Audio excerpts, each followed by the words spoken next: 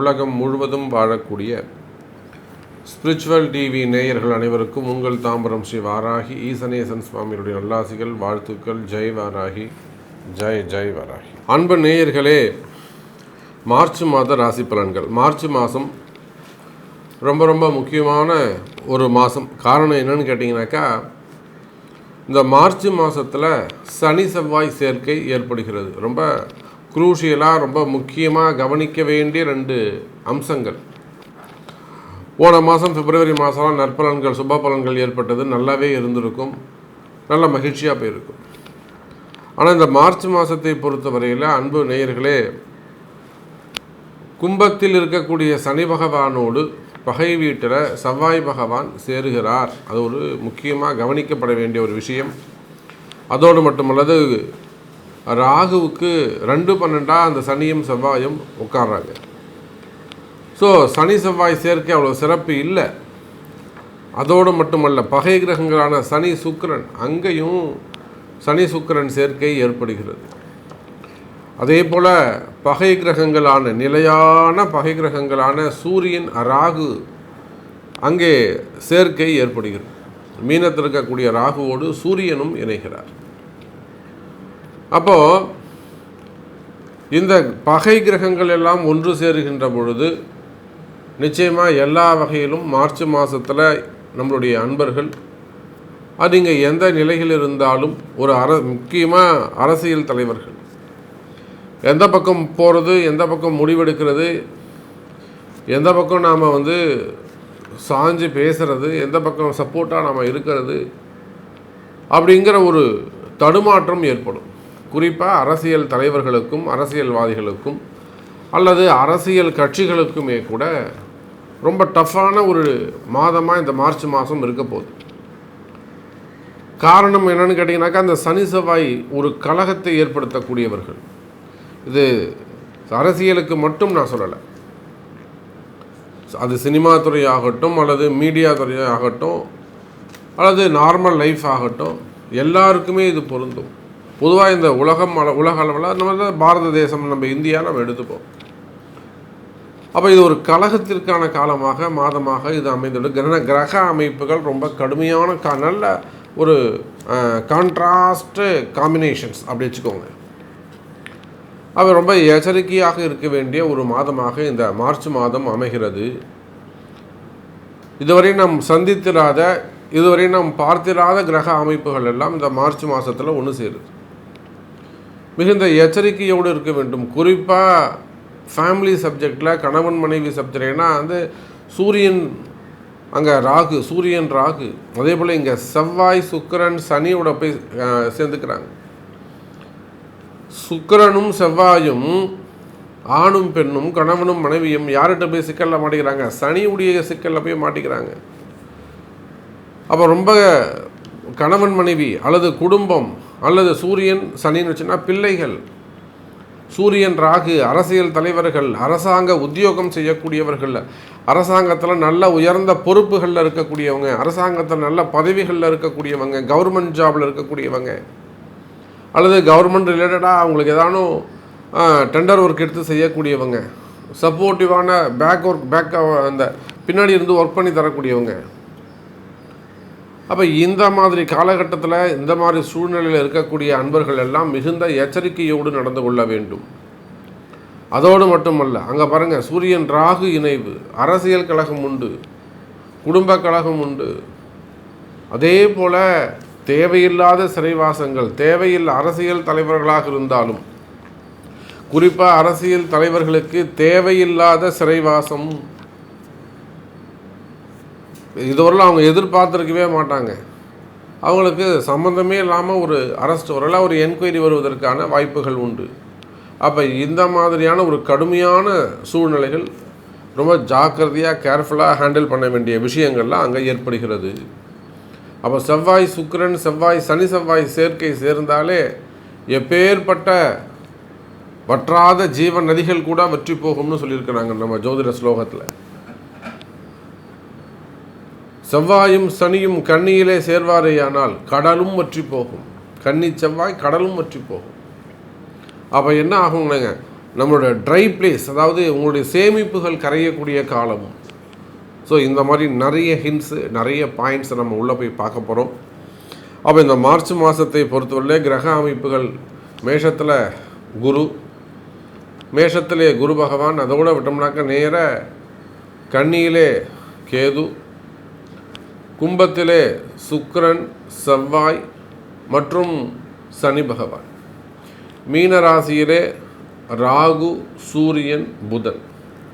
இந்த 4 இடங்களில் மட்டும்தான் கிரகங்கள் அமைந்திருக்கு. இதில் 2 வீடுகளில் 3 கிரக சேர்க்கை அமைந்துள்ளது. இதுவும் நம்ம ஒரு குறிப்பிட்டு பார்க்க வேண்டிய விஷயம்.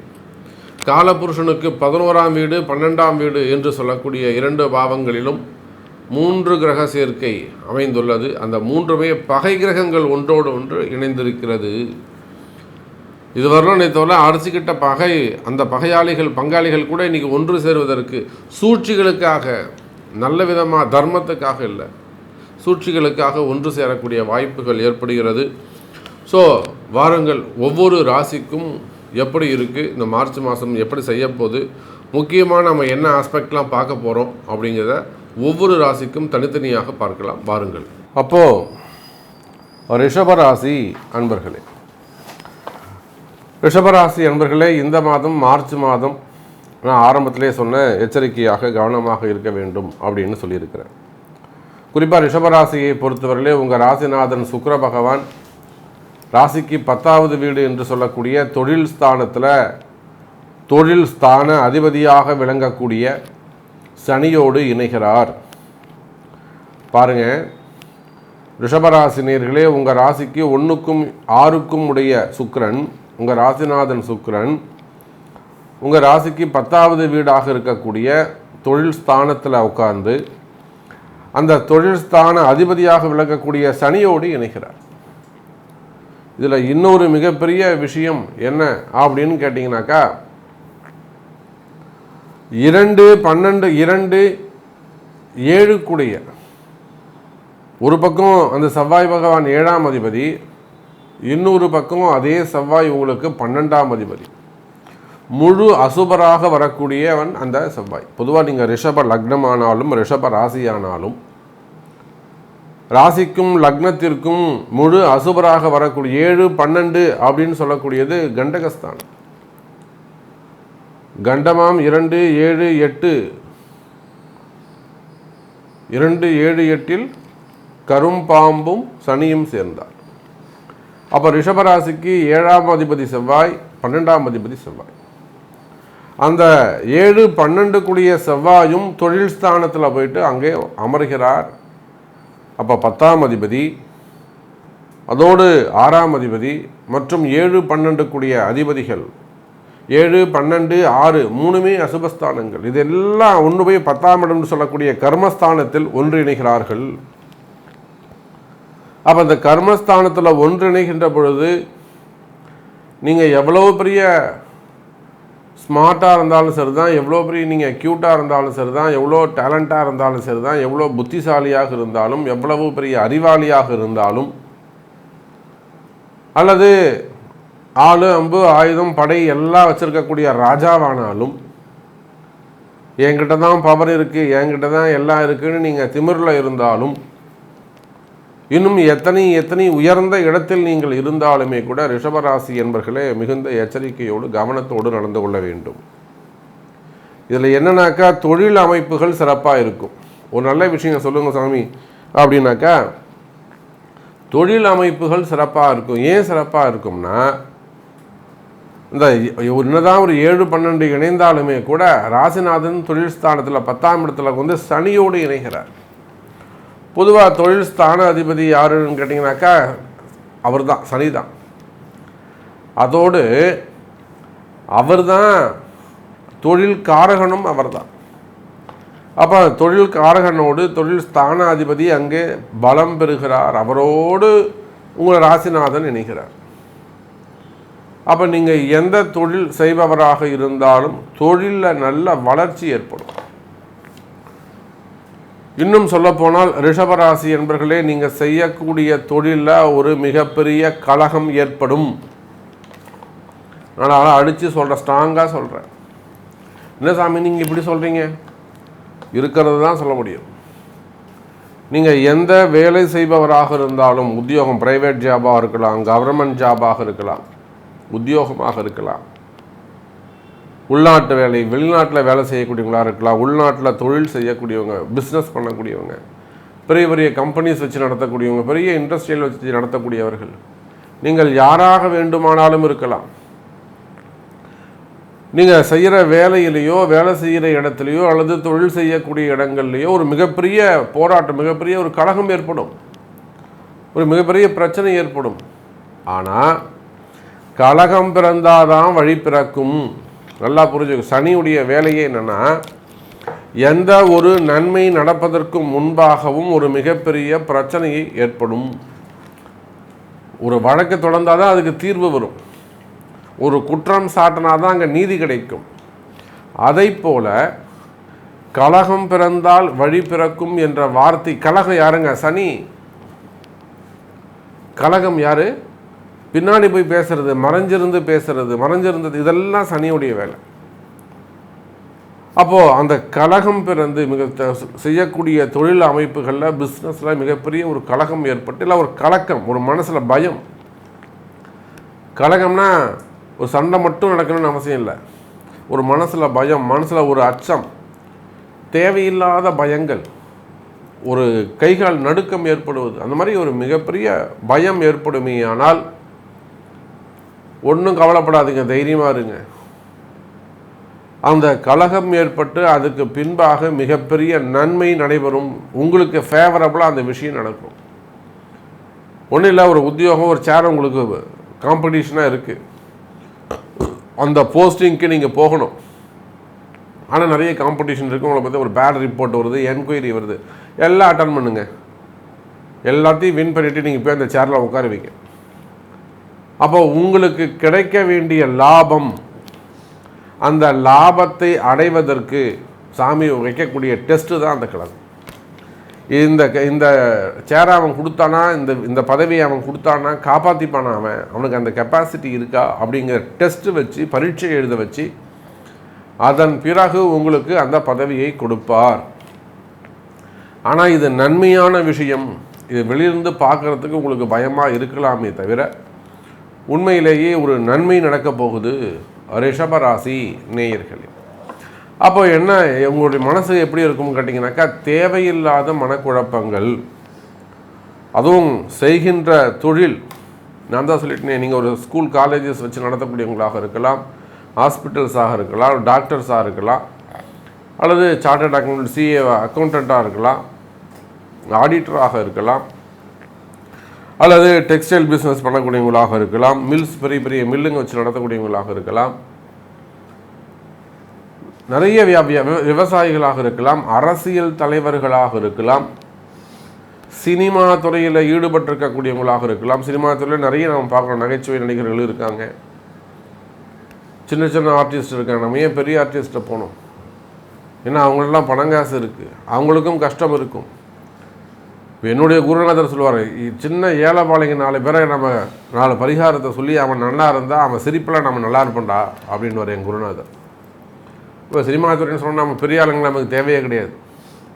சின்ன சின்ன தொழிலாளர்கள், ஒரு நகைச்சுவை ஆர்டிஸ்டாக இருக்கட்டும், அல்லது ஒரு குணச்சித்திர நடிகர்களாக இருக்கட்டும், இல்லை பின்னாடி ஒர்க் பண்ணக்கூடியவங்களாக இருக்கட்டும், அந்த சினிமா துறையை சார்ந்த நண்பர்கள்.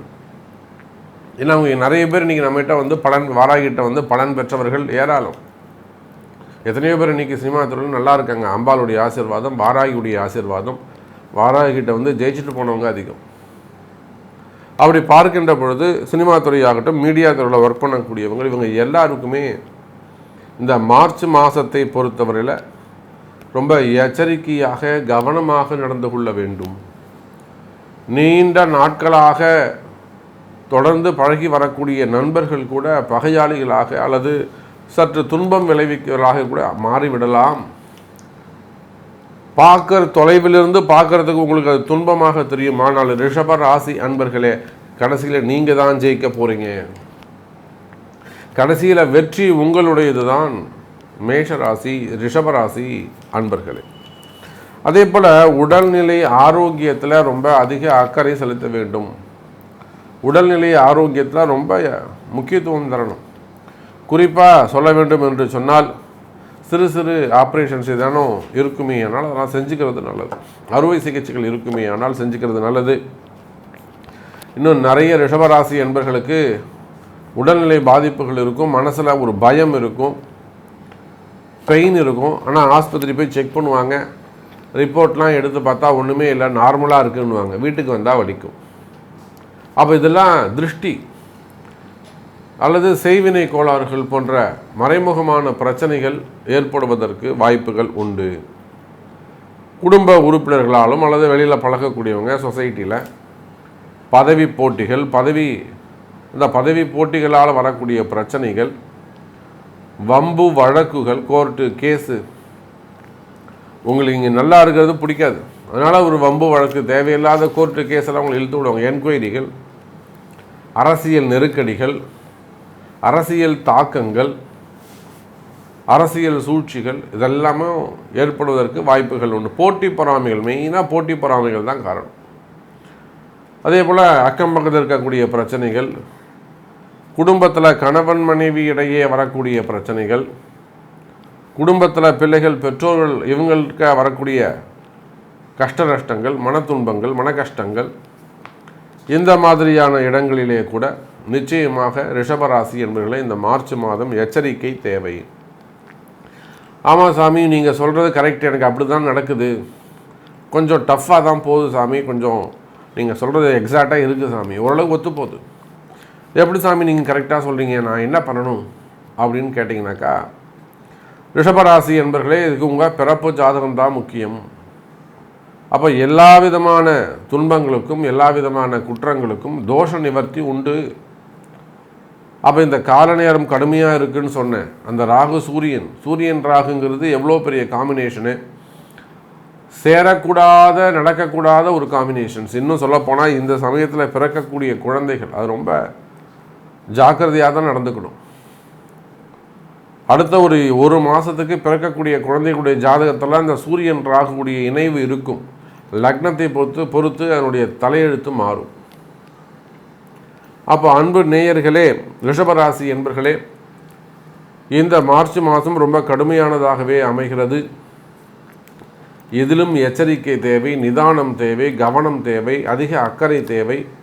அப்போ தான் நிச்சயமாக எந்த விதமான பாதிப்புகளும் இல்லாமல் நடந்து கொள்ளலாம். ஒருவேளை நீங்கள் சொல்கிறது கரெக்டாக சாமி, எனக்கு அப்படி தான் இருக்குது அப்படின்னாக்கா, இதுலேருந்து தப்பிக்கிறது எப்படி, இதுலேருந்து இந்த பிரச்சனையிலேருந்து வெளிவருவது எப்படி என்பதை உங்களுடைய பிறப்பு ஜாதகம்தான் பேசும்.